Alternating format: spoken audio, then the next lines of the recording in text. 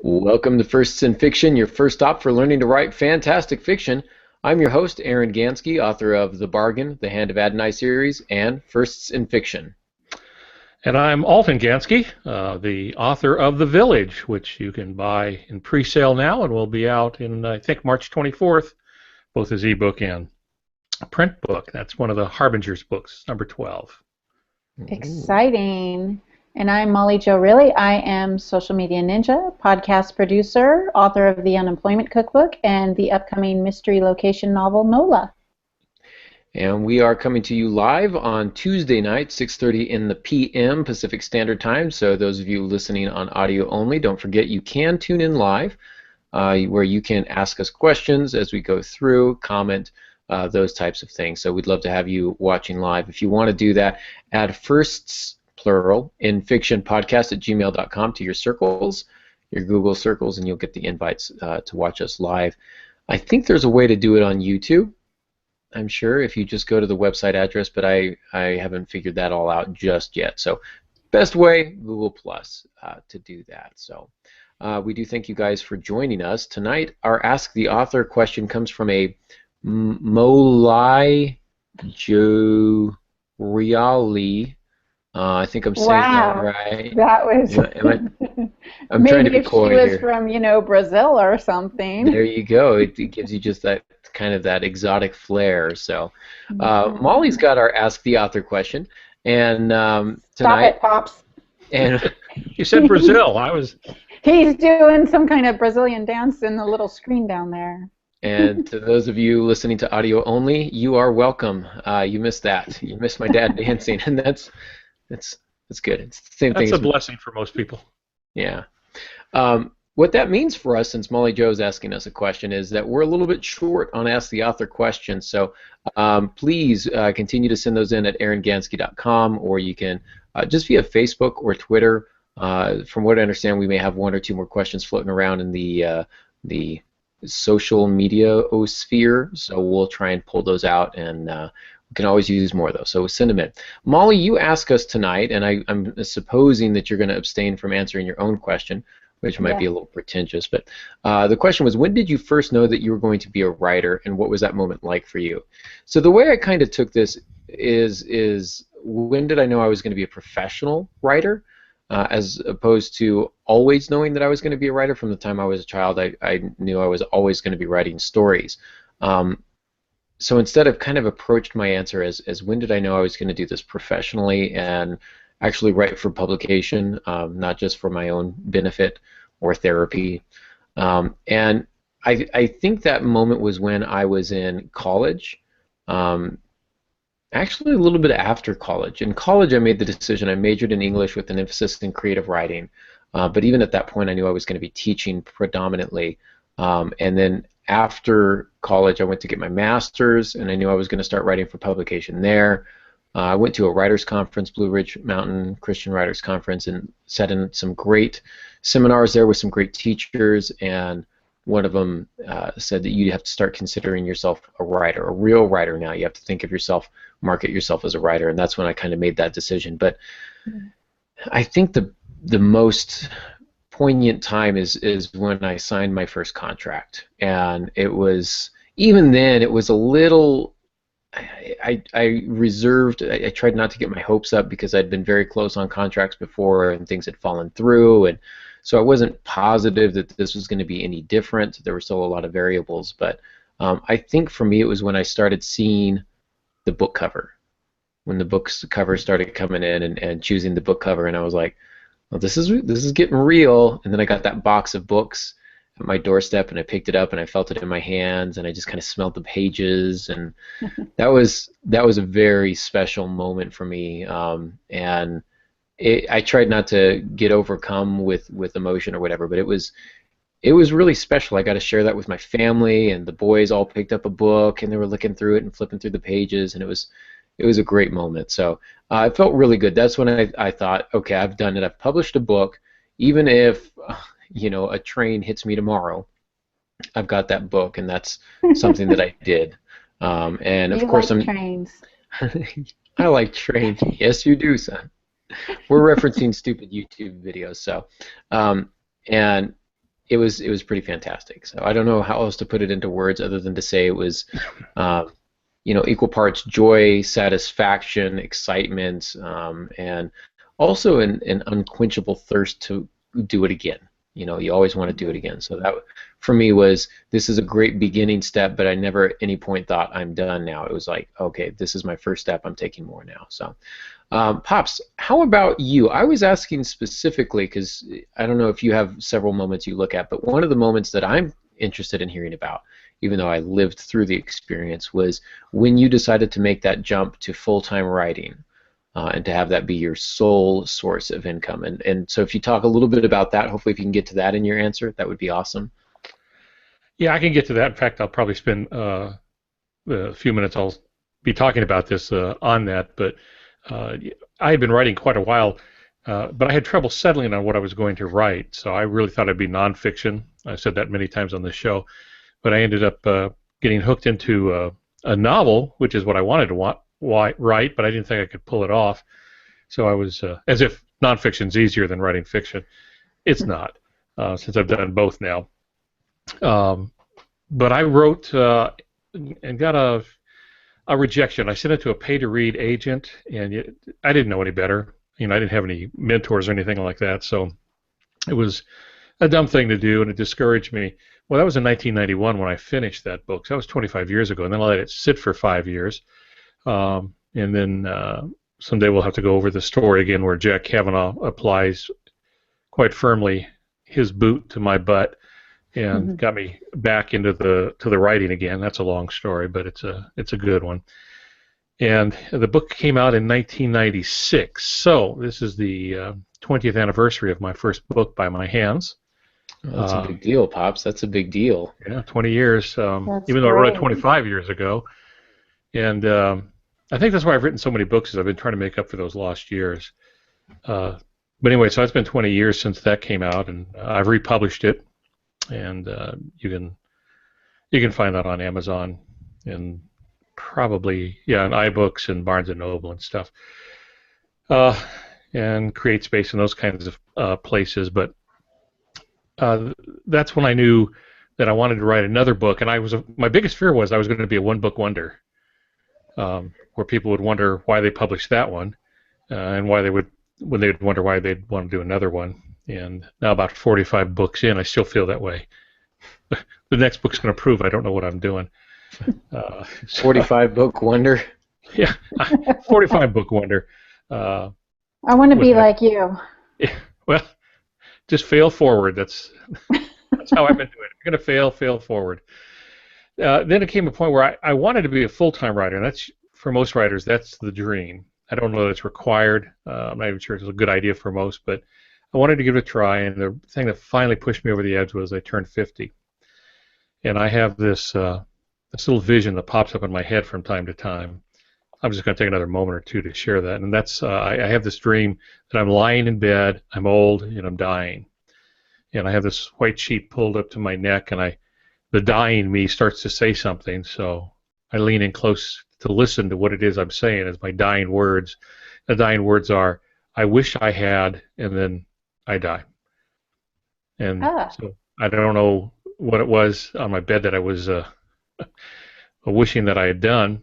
One of them that came to me was I wanted to be a full-time writer, and sooner or later I was going to have to do it. So I had saved up some money. I had some contracts already inked, so I had projects to do, and so I leaped off the cliff. It was just horribly exciting. There's a lot of fear that goes with that. So, and that was 13 years ago. I'll let you do the math about how old I am, but that was 13 years ago. So there it is. I'm bad with numbers. I can't do simple math. What, 80? Means I'm 85? 40. Yeah, 42. Oh, okay. So, excellent. Yeah, that is the dream. That is the dream, the full-time writing. I look forward to that day. Though, truth be told, I really do enjoy teaching, and I'm happy to have the steady income while I'm trying to build up my library of titles. Hopefully, I'll be able to become a full-time writer before I'm 50. Clock is ticking, though, so I'm only like 25 years away. 26 years. Like I say, I'm bad with numbers. So anyhow, we are... That'd be a great topic sometime, wouldn't it? The difference between the part-time writer and the full-time writer. Yeah. Advantages and disadvantages. Yeah, I was just at a writers' conference. Molly Jo and I went up to Bakersfield and watched this. Sat in on this writers' conference, and this lady had a contract for 2 novels and a novella every year with her publisher. 2 novels in a year and a novella? I was like, okay, amazed. but that wasn't just anyone. That was No. It was Anne Perry.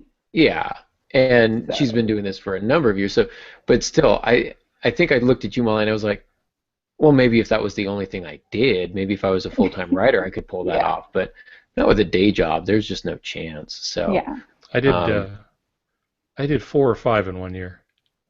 wow. that's remarkable. And so I applaud you. Round of applause. No, that's just why I look this way. gee whiz.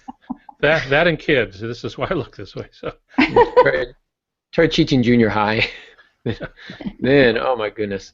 So, well, we are talking about characters tonight. This whole month we've been talking about characters, and first was the mental and emotional makeup of your character. Last week we looked at the physicality of characters, and this week we're looking at their spirituality. Now, I maintain that every character has a spiritual makeup, and to be clear, we don't mean that all of them ascribe to a particular faith.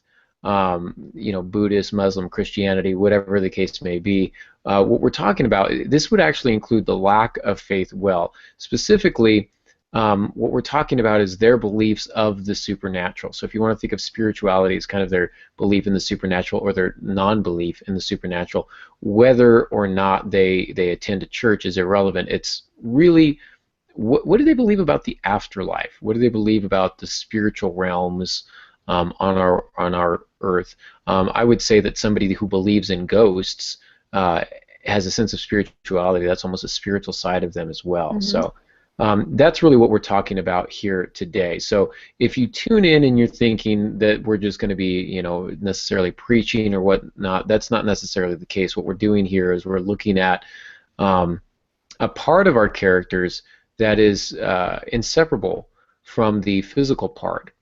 And every character is made up of mind and body and spirit, and we're looking at that third element now, which I think is oftentimes ignored to the detriment of some books that would be great otherwise. So that's what we're taking a look at tonight. Pops, you were going to say something else as well? No, I think you're hitting it right on the head here. We're talking about the big picture thing. It's not a sermon, and we're not talking about just Christianity or just Hinduism, but the idea that the human makeup almost requires some form of religious belief or interaction with it, which might be the full and complete rejection of it. But even so, that's a spiritual decision, that there is no spiritual makeup. But even that, for a character, would be a spiritual decision and character defining. So that's what we're talking about. It's not agenda-driven for any particular group. Although I think most of our listeners know I was a Baptist preacher for a long time, or as I like to think of it, I kept a church from having a preacher for a long time. So I certainly have certain leanings in that, and I write for the Christian market primarily, but that's just the way my career has gone. That's not for everybody, nor should it be for everybody.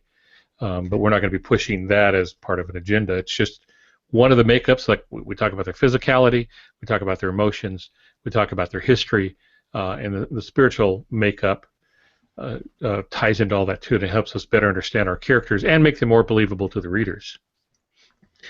I agree with that, and I think that's really one of the faults that I find with a lot of literature, both secular or religious, is oftentimes you'll read a religious novel, a Christian novel, and everybody's a Christian, which just isn't the case, and their interactions are entirely with Christians and other Christians, and they don't ever speak to non-believers, and I think that's kind of a weird outlook. In the same way, though, I'll read a secular novel and there's not a believer to be found, and I think that's kind of unrealistic. Like, even if you're the most devout atheist on the planet, you're probably connected to a Christian in some way or another. You work with one, whether or not you like them doesn't matter, but you know one. You know a Christian, you probably know a Muslim, you might know a Buddhist. As a matter of fact, Pops, you pulled up some numbers here for us about the number of people who make up particular religions across the world. Yeah, before I get to that, let me say this, because I think you're onto something there. Once when I was between contracts, I was waiting for a contract to come in, I wrote a book. I didn't want to waste any time. And I decided instead of writing for the Christian market, which I had been doing, I was going to write this for the general market. And so it was a kind of a mystery thriller, and I wrote it, and I got all the way through it. And when I got to the end, I thought, well, this is interesting, because the whole time I felt like my character was missing something, and it was that extra dimension in them. They seemed two-dimensional without this other aspect, and I could sense it when I was writing. Now, interestingly enough, it was a Christian publisher that bought it, and so I had to baptize the book and do a little rewriting here and there and that sort of thing. But became a series of 3 books starring Mayor Matty Glenn, and so I enjoyed those quite a bit. But I had tried to write for the general market, and it ended up going and made more money for me by going through the Christian, because that's really where my connections were. Nice. Back to this idea that everybody has some kind of spiritual side. There are about 7 billion people in the world. 2 billion of them are somehow associated with the Christian church. Now, it could be Roman Catholic, Greek Orthodox, Coptic, fundamentalists, and evangelicals, and charismatics, and I forget, last time I looked, there was something like 70 different Baptist groups and stuff. But in some way, Lutherans and the like, some way they're related to the Christian church. That's a lot of people. That's 2 billion out of 7. But that's just one segment of our world. Some have estimated there are over 4,000 religions in the world. That's a lot of different faith thinking there. 4,000 different religions. The next biggest one is Islam, which is about a billion and a half. So it's about 500 million behind the numbers of people associated with the Christian church. Hinduism is just under a billion. Judaism, a little under 15 million. Those claiming no religion is 775 million, give or take. I went to school with all of those guys. About 775 million. So it is a wide spectrum of human thinking and behavior for us to choose from. And so whether it's just something that is seasoning our book, some background, some setting, some character development, or if it's the primary thrust of the book, the spirituality part is important. It's very important, and again, I'm bad with numbers, but by those numbers that you've just presented there, a quick little addition brings us to about 3.7, 3.8 billion people who ascribe to a particular faith. That's over half of the 7 billion, so 50%. So 1 in 2 people has a particular faith that they ascribe to. So to ignore that seems a little short-sighted, perhaps. And so you want to consider that. And even the other 775 million claim no religion. You're going to find a range of devout atheists who will actively attack any Christians, any Islamic, any religious holders. And then you're going to find those who are agnostic who just kind of shrug their shoulders and go, maybe, I don't know.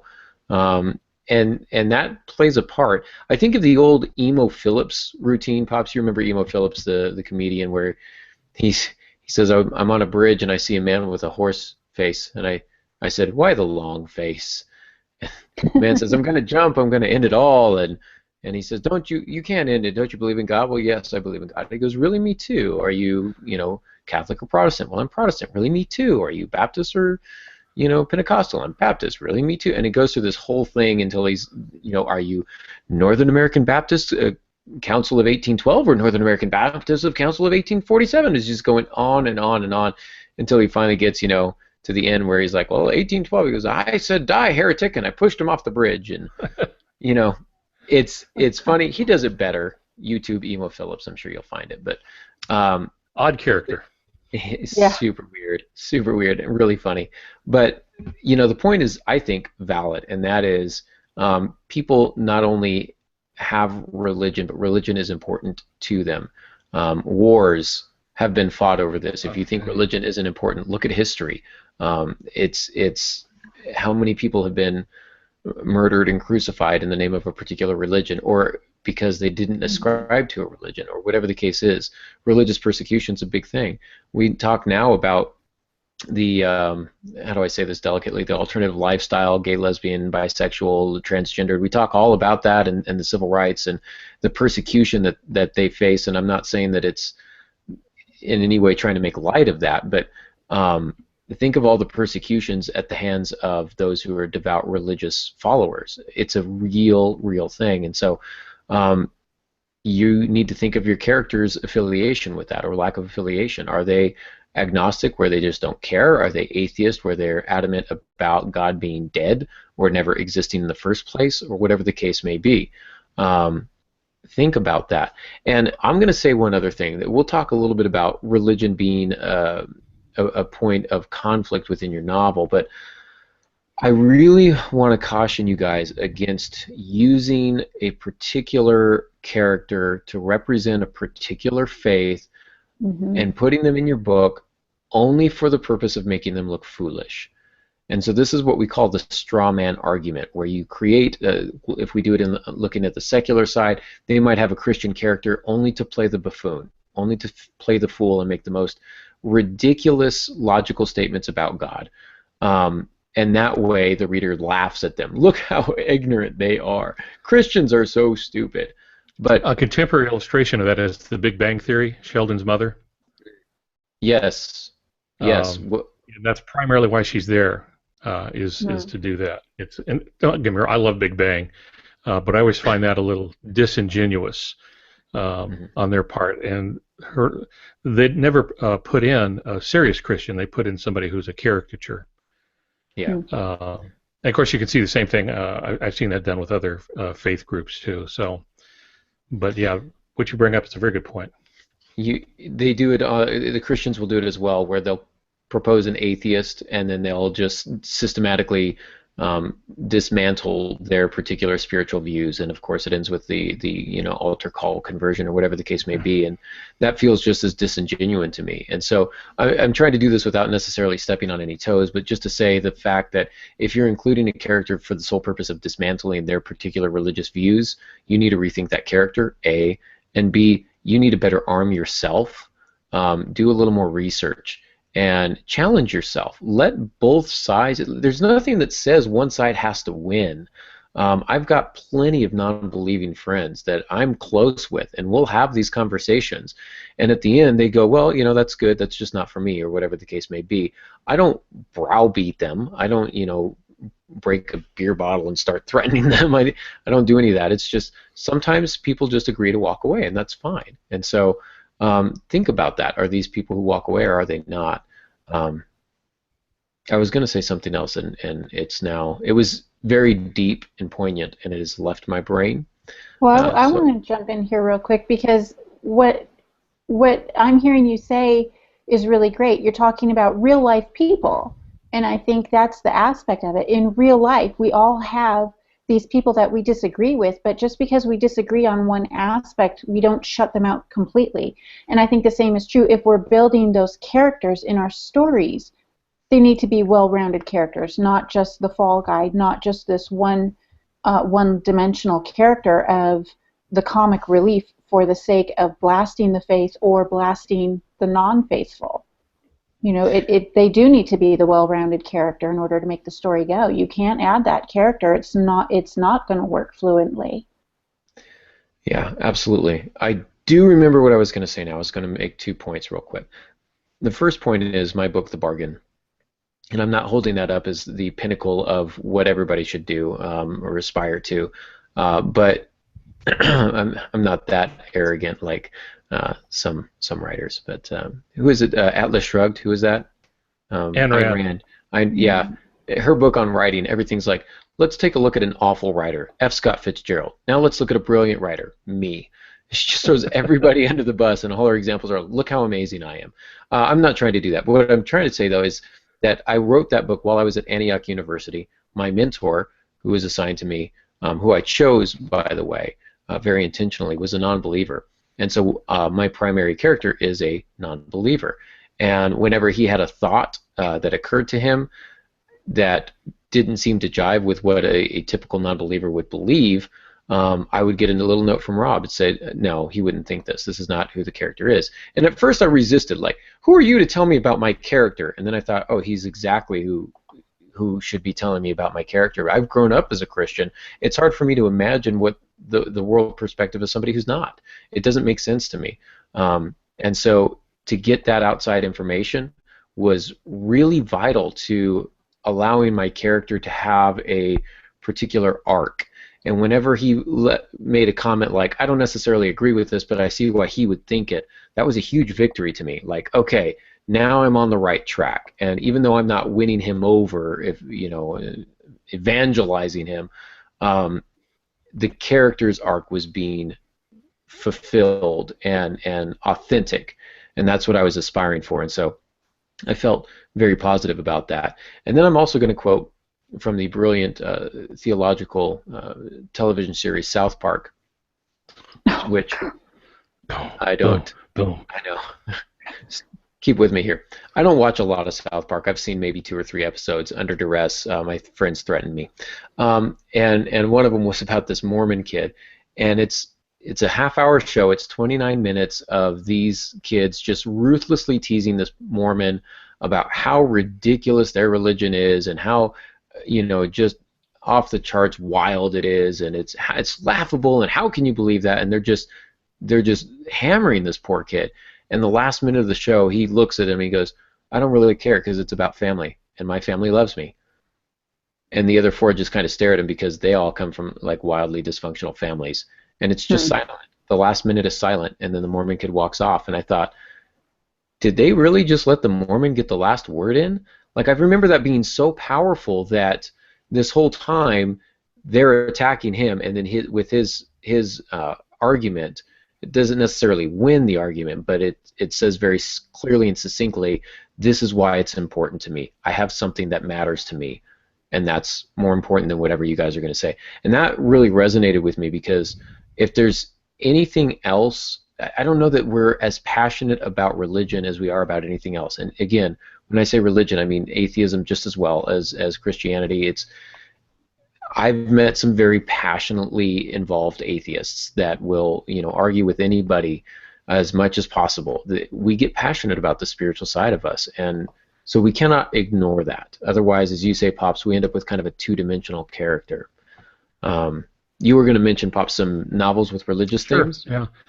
And so as we talk about this again, it's when we talk about faith, spirituality in fiction, it can be more backdrop than anything. Not every book that has that kind of theme is about a particular religious group. It's just about what the character has, and we as readers see that. G.K. Chesterton's Father Brown series, for example, he was Roman Catholic and a journalist. Funny guy. And he wrote about a Catholic priest who solves murders. And it's just about his general life, and then next thing you know, he's solving a murder. And he's not the last one to do that. There have been others also. I think of Harry Kimmelman, who wrote the Rabbi Small series. And I enjoyed those books a great deal. He wrote from a Reformed Judaism point of view. In Judaism, there's 3 basic groups. There's the very conservative group. There's Orthodox, there's conservative, and there's Reformed Judaism. And the Reformed would be the most liberal. I'm going to put quotes around that. The more liberal of the 3, but he's writing from that point of view. And I have something else to say about him a little bit later. But enjoyed those books. Morris West, who wrote The Shoes of the Fisherman, Clowns of God, and some of the others, he was a monk for a while, Roman Catholic monk. Of course, C.S. Lewis, who was an Anglican layman meaning he wasn't in the clergy, he taught medieval literature. But he's best known not for his medieval literature or his nonfiction books on literature, but on his sci-fi fantasy books, like The Lion, the Witch, and the Wardrobe, or Out of a Silent Planet, that sort of thing. Now, some of those are just pure, allegory. Allegory. Yeah, they're allegory, where you have Aslan being, the lion being a type of Christ. It even gets into movies, some of the religious themes. The movie Poseidon Adventure is a Christ story. A lot of people don't realize this. If you watch the old one with Gene Hackman, which, by the way, is the best one to watch, Gene Hackman plays a type of Christ. A type means somebody who's representing someone else. Even the way he dies in the movie is he's hanging with his arms out, almost like he's on a cross, but he's trying to turn a wheel. And where Jesus said on the cross, my God, why hast thou forsaken me?" Gene Hackman's yelling, "If you don't want to help me, don't help me, but please don't fight me." So it's really a Christ story from beginning to end, with a lot of symbolism in it. So religious themes can play a big role, and it can be a device in a story. Ira Levine's book Rosemary's Baby is about it, the devil, about Satan, which is primarily a Christian concept, though that kind of being appears in other religious thinking also. But much of it had to do with current religious thinking. The Exorcist, the book, and then which became the movie, has a religious theme to it. So many horror books do that. Sir Arthur Clarke's Rendezvous with Rama has a very spiritual person as one of the astronauts who goes up to this spaceship Rama to investigate. And really, if you break it all the way down, and you watch even the most mundane vampire movie, sooner or later somebody's pulling out a cross or throwing holy water. So there's religious iconography in that. So it's all over the place, and so it's either way up front, it's the primary thrust, or maybe it's just something that defines the character. Either way, more and more you will see spiritual content in books. Dean Koontz's book Taken has a lot of spiritual content in it. Now, you wouldn't call it overtly religious. It's not. But you see some religious thinking in the process.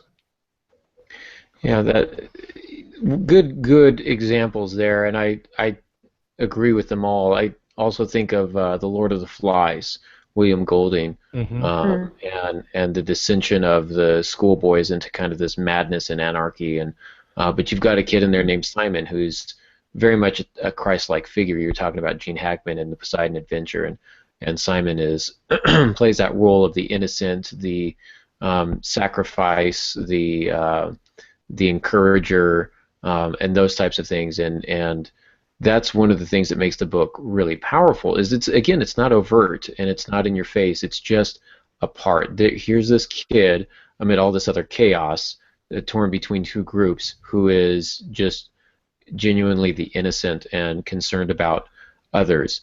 While Jack and Ralph end up kind of trying to pull each of the kids in their own directions, and it's this play for power and who's going to get the bigger kids and who's going to have the sharper sticks and all this kind of nonsense. You almost forget that there's a bunch of what they call in the book littlins, small ones, little ones that are 6 years old or younger. They're on this island having to fend for themselves, and who's looking after them is Simon. Because the other two groups aren't doing it. They're too concerned about their own power struggles. And here this kid Simon comes along and he's helping to feed them and helping to teach them to care for themselves, almost becomes a father-like figure to them. And so that becomes one of the poignant moments of that novel. His story is one that really serves as a turning point. And then when he's speaking to this head, the decapitated head of a boar on a stick, just happens to be called the Lord of the Flies, which is a reference to Satan, to Beelzebub. And so you've got these Christian themes running through it, even though it's definitely not a Christian book. But those types of characters, and it's just the one, but his impact on the story drastically alters the rest of the novel. And I don't think the book would be the same without him. It probably still wins a lot of awards. It's probably still read in schools. But I don't think it would have that impact without that particular character. If we wanted to stay on an island and look at Lost, you've got Jack and you've got Locke. And one is very philosophical and faith-oriented, and the other is very science and grounded and doesn't really believe in the spiritual side of things, and their conflict is one that plays out over the course of several episodes. and it's one of the most interesting things. And even if you're not a person of faith, I think you find yourself attracted to those who are, to those who are passionate about it. Remember, if something is important to your character, it will be important to your reader as well. And I think that we tend to forget that. I'm thinking of Siddhartha also, which I had to read in high school, which really has to do with Buddhism. Mm-hmm. And so it's a very religious book without, if memory serves, it's not out to make people into Buddhists. It's the story of discovery. And so that's often what fiction can do as we deal with the spiritual concepts. Mm-hmm. The philosophies too. One of the best pieces of advice I ever got was from a Buddhist, and it was strange, and I thought he was crazy at the time. But he says, if you're going to wash the dishes, don't get upset about what you can't do. Just be content washing the dishes. And I was like, son, you haven't seen the dishes at my house. Like, ain't nobody happy washing my dishes. I've got kids, man. You don't know the struggle. But it's something I kind of took to heart because, okay, he's from a different faith background than I am, but it doesn't necessarily discount what he has to say in terms of, life lessons. And now I can do dishes and be happy. And my wife is happier now that I can do dishes and be happy. So everybody wins. In church history, there's a guy who's normally referred to as the Venerable Bede, and his job, he was in a monastery, but his job was to take care of the monks and to wash the dishes and to clean up and to sweep the floors, and that's all he ever did. But he was later acknowledged as being the most spiritual man, probably of his day, not just of that monastery, but of his day, and he took great joy, would sometimes write about it, cleaning up after messy monks. Yeah. I love those characters. They're kind of, I don't want to call them the underdog characters, but they're the quiet, but I don't want to call them quiet but strong characters, and their strength comes from someplace invisible, and that makes them unique, I think, in a lot of ways, because a lot of people don't understand that. And here you are cleaning up after monks. How can you be content with your job? How can you be content with these things? And their strength is coming from someplace else. So we think of this. I mentioned it was kind of a supernatural thing, and Pops even mentioned on here several of the horror books deal with supernatural, like demonic kind of influences, which is a spiritual thing. And so, like you said, The Exorcist, right? You've got the demon and you've got the priest trying to exorcise the demon. And so a lot of these horror books are, I guess, quietly religious, if I can use that term. Yeah, even X-Files, for example, you can see a lot of religious motif in it from different religions. They'll face a monster of the golem, that's for Jewish tradition, skinwalkers from First Nations people, American Indian people. So they'd face many of those things. In the Jewish and Christian tradition also, there were demons. Ancient Judaism, I should say. I think it's still different in modern Judaism. But the idea of demons, Satanism, all of those things, they make for great horror movies. Or take Jerry Absolutely. Jenkins and the eschatology. Eschatology means the study of end times. And he wrote a book with Tim LaHaye. He just thought it was another writing assignment and turned him into a millionaire. He did a series of books on the second coming of Christ. Not everybody agreed with him, but that wasn't really the point. He was telling a story based on what many Christian, especially fundamentalist Christians, believe. Frank Peretti started off with horror, first biblical type horror with demons, but he even had, in one of his books, Sasquatch, Bigfoot.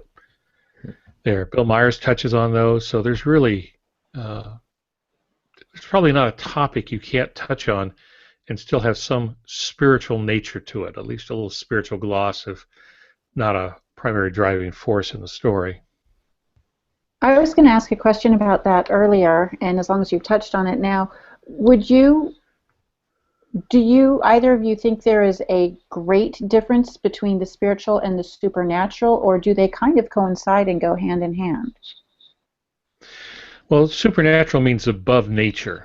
That's its literal definition. It's a compound word, so it means to be above nature. So many spiritual things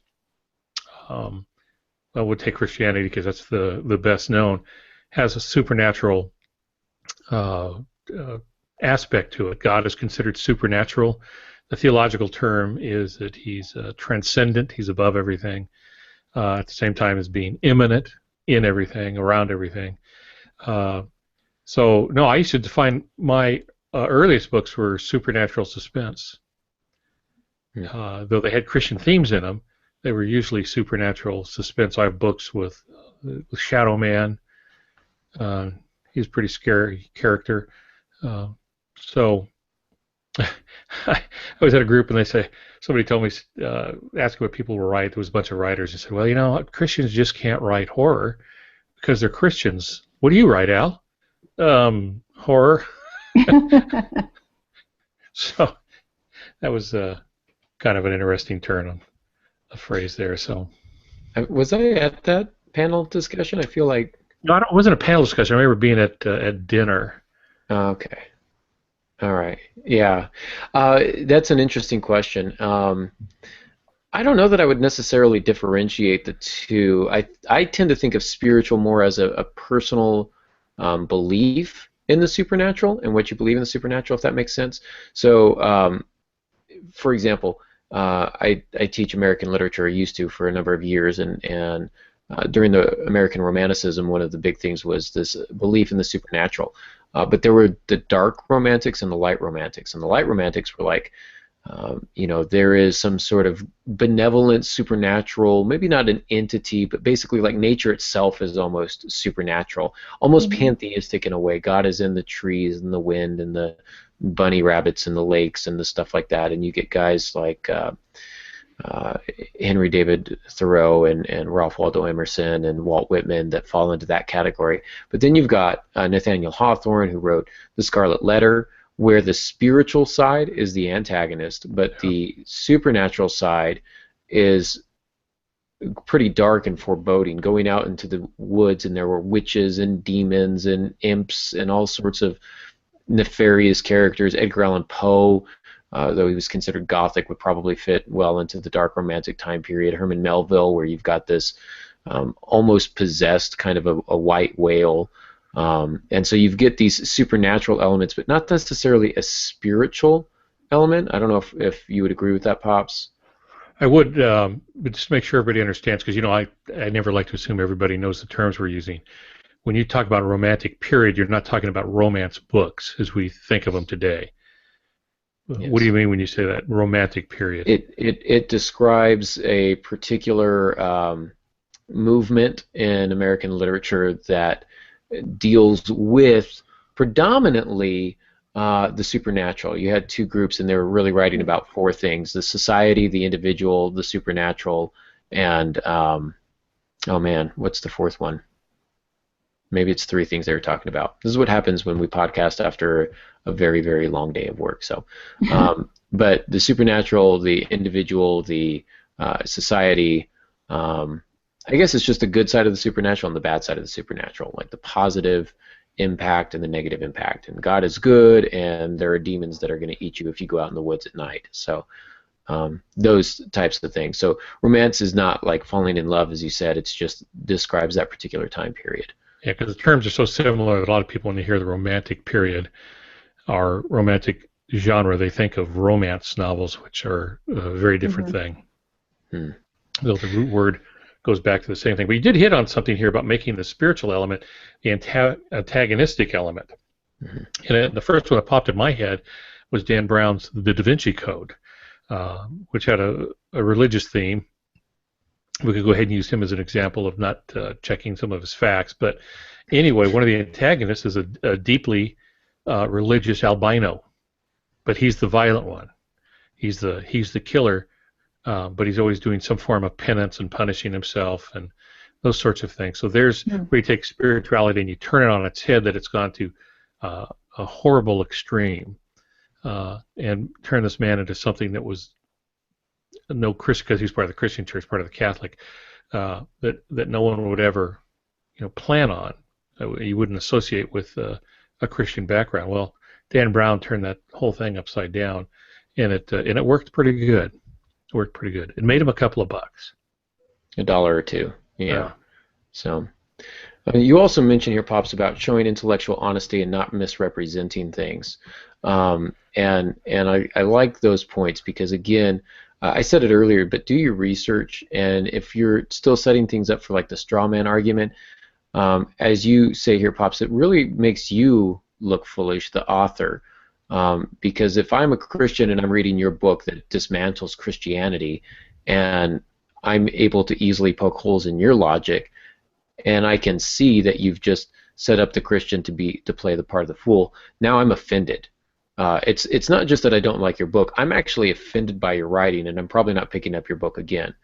I think Christian writers again can do the same thing, where it's like, a non-believer picks up the book and now they're offended because every secular person in the book is just foolish.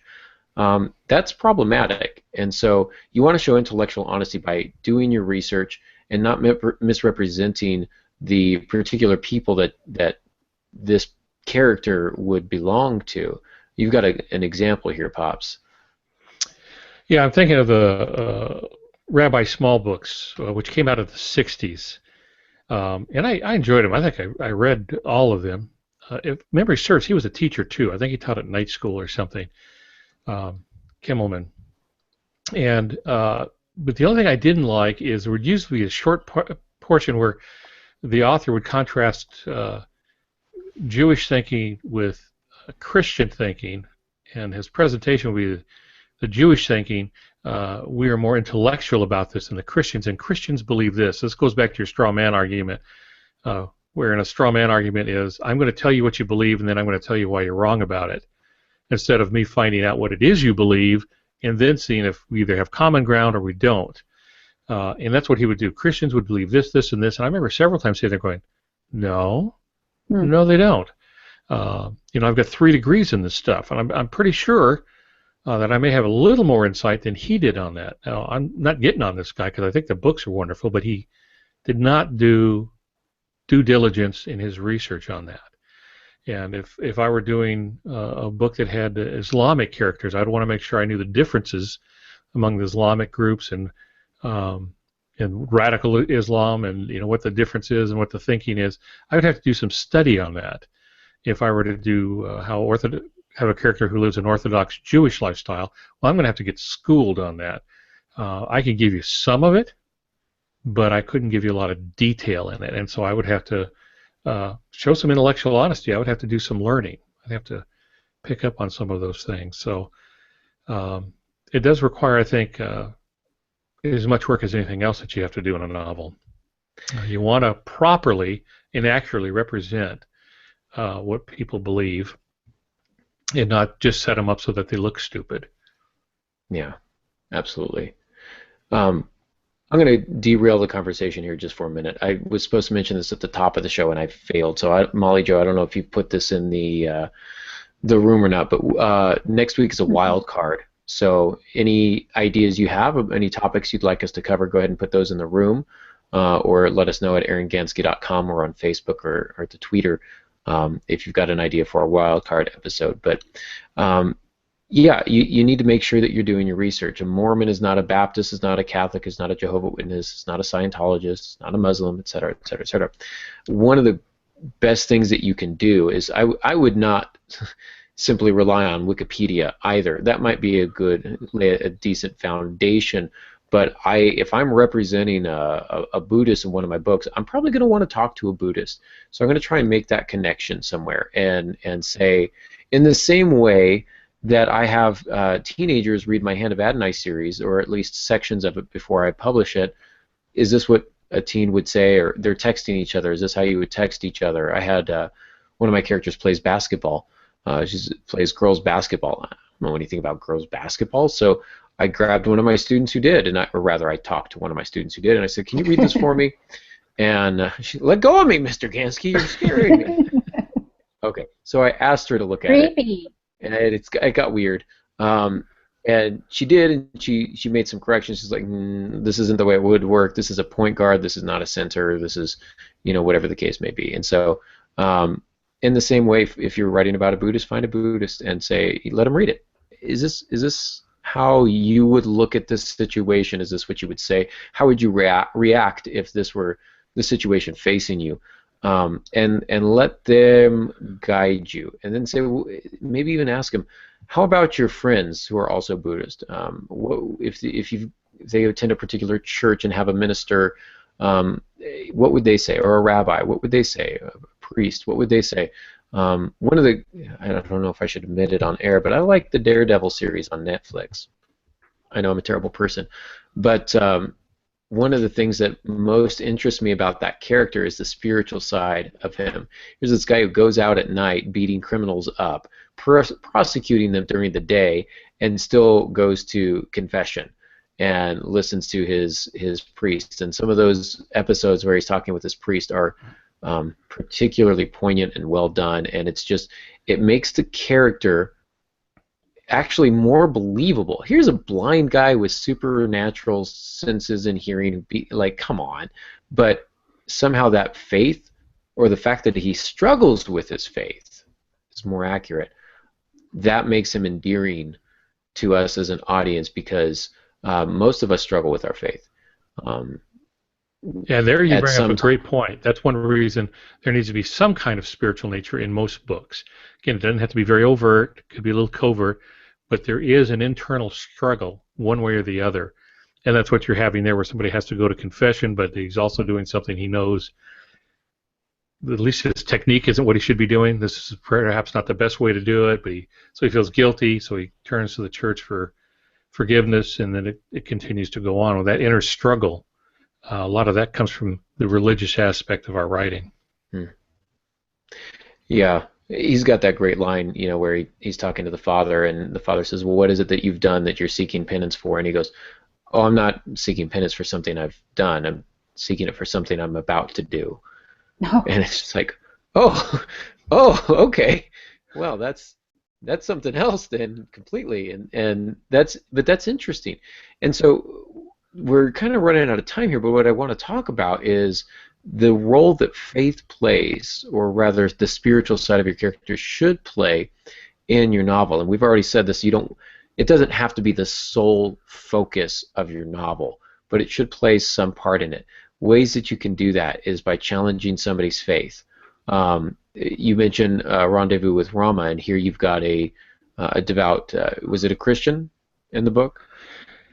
Well, since it takes place in the future, it's a variation of Christianity. Mm-hmm. Yeah, so you wouldn't find a church like that today. But as an individual, he had this core belief in God, and that was his motivation in life. He probably wouldn't fit into a traditional church. Okay, but he believes in God, and now he has to perhaps reevaluate his estimation of God if there's these aliens. I mean, you've got a devout Christian or Muslim or Buddhist or whatever that believes in that there are no aliens, and then all of a sudden here are aliens. How do we reconcile that with our particular religious beliefs? Is there somebody, think of Job, who has everything taken away from him in a moment, and in the span of one afternoon he loses everything. That's going to shake your faith, and so that becomes another element where you can layer conflict in your novel, even if it's not the primary driving force. It plays a part, and it becomes an essential plot thread to the development of the character arc. And this is something that a lot of people don't really talk about. They'll say, oh, your character has to change in some way, and that's your character arc, but they don't really describe what that arc looks like. This is one way that you can do that. The reimagining of their faith, or the deepening of their faith, perhaps the shaking of their faith, the loss of their faith, whatever the case may be. It may not be the whole story, but when it's a part of the story, your story becomes infinitely stronger.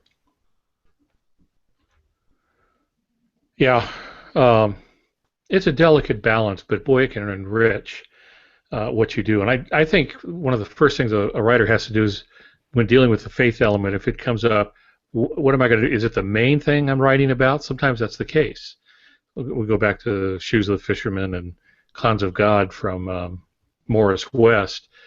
Or is it an accent? In other words, is it the meal, or is it the seasoning? it can be either one of those, depending on the book. Every book is different, so it can be major, it could be minor, but there will be some aspect to it either shown or hinted at, depending what it is that you are writing. So that's, I think, the first decision. Just how big a part is it going to be of the book, and then you can play with it some. You can take the faith away, or have somebody you love lose their faith. This goes on all the time. How does that affect? Or if faith is not the big portion here, what happens if somebody's suddenly confronted with that kind of faith? I've been wanting to do a book. I probably shouldn't talk about it on air, but I don't know that I'm ever going to get to it. About a hold on, let me get my pad and paper. Who likes to do debates, and he just crushes his Christian opponents with that, and then he begins to hear the voice of God, not speaking to him, but talking about events around him. It's like he's eavesdropping on God, and it drives him almost nuts. So all I'm doing there is, what if this were to happen to a person? What would that look like? How would that person react? How would he rationalize it away, or would he? I don't know. But that's one that has a strong faith element in it, because he's going from no belief to, depending how the book turned out, to belief. At least he's going to have to change some way, one way or the other. Absolutely. That sounds very interesting. I think you should write that. Yeah. Just after all your other projects. So first line of the book is, not like you have anything else going on. First line in the book is, I left him in tears. Nice. Talking about a debate he was in. So that's catchy. Yeah. A couple quick points before we check in with Molly in the room. One way that you can do this, if you're really struggling, I don't know how to broach this subject. Should I just like kind of hammer spirituality in there? We're not asking you to shoehorn it in and force it. One way that you can do it very naturally and subtly is by giving them a friend with a different worldview, somebody who can still love them but challenge them a little bit. And so if they've got different spiritual worldviews, let them still be able to have conversations and interact, and that can broach the subject in a very natural way without it feeling forced. Also remember that opposites attract, and sometimes you're going to have people of faith attracted to those who are not of faith, and vice versa. So if you're writing romance, that might be another layer of conflict that you can layer in is, as a Christian, should I date a non-believer? I'm Islamic, should I date a Buddhist? Those types of things. So you can kind of layer those conflicts on there as well. Pops, did you have any last-minute questions, comments, concerns? No, I think we've just about covered it, and since we're running out of time, I'm just looking at our notes here, and I think we've pretty much covered it, other than to reiterate, do your research one more time. Mm-hmm. It's fascinating stuff to begin with. And then you've mentioned giving them putting them in contact with people with different worldviews and the like. So, and again, not all conflict needs to revolve around the spiritual aspect. It might be a minor part in the book, but that's what you have to decide. Absolutely. Molly, do we have any questions and comments from the room? We don't have any questions. When we were talking about the Ask the Author question, I asked the room if they had any moments they wanted to share about when they knew they were going to be a writer. And Tess said she's always been a storyteller but never wrote them down. Her mom said she should be a writer, so a friend dared her to do the NaNoWriMo in 2007. She now has 10 stories in various states of done, finished. Thanks to her critique group and a good editor, 2 are now ready to submit. Nice. Way to go, Tess. And Kaz was in the chat room for a little bit. I did put the link up there. You were talking about the bargain earlier. Today is the last day that readers can enter to win a free copy through Goodreads. So I put the link in the comments. So hopefully you can get a couple more entries for that. Tess likes the Rabbi Small series. And I did say, Al, I really like the Poseidon Adventure. You had mentioned it last year about this time. And I remember that because I watched it over Easter weekend. And it was the first time I'd ever seen it as a salvation story. And it was really quite interesting. I'll never watch it the same way again. Oh yeah, all the symbolism. You have to look at the unspoken symbolism, where Gene Hackman, I think he's a defrocked priest, is leading his people up. Yes. Poseidon is at an angle, and all the people who are supposed to know better are leading their people down. below the water into the depths, and of course, that is referring to the Pharisees and the Sadducees leading the people astray, while Jesus is leading them upwards to the light. There's just a ton of that stuff in there. Mm-hmm. It's when you're aware of that, you and watch it. It's really quite different experience for watching it. Right. That's about it. Just a little chat going on between me and Tess, other than thesis papers, and that's all we have in the chat room for now. I suppose I need to add Poseidon Adventure to my Netflix now. See if that's on there. It's a good one. It's not on Netflix. What? I have checked. I do, however, know a social media ninja who has it on Blu-ray or DVD. So, maybe there's a movie night coming up in the next few weeks. Yeah, it sounds plausible for sure. Absolutely. All right. Popcorn. Yeah. Yeah. I was just gonna say, if you guys supply the popcorn, if you and Naomi will let me eat popcorn again, I'll bring the movie. That's a deal breaker. Popcorn is way too expensive. I know. $5 a bag. Grows on trees. No, I think it grows on the ground. Docks is what it grows on. So, well, there we go. Well, that is our show. We do thank you for listening. Don't forget you can ask the author at aarongansky.com or on Facebook or Twitter. You can find us at altongansky.com, frankly-my-dear-mojo.com, and aarongansky.com. I hope to have Heather talk about the village on altongansky.com. I just posted about the village. Ooh. Excellent. And that will be all over his social media tomorrow. You get a little word from Tank the character on it. So nice. All right. Definitely something you want to check out. So, and I think that's it. Have I mentioned everything? I think so. All right. Oh, next week is a wild card. It's going to be truly wild. We have no idea what it will be, but it will be something good and wild. So, we do thank you all for listening, and until next week, good writing.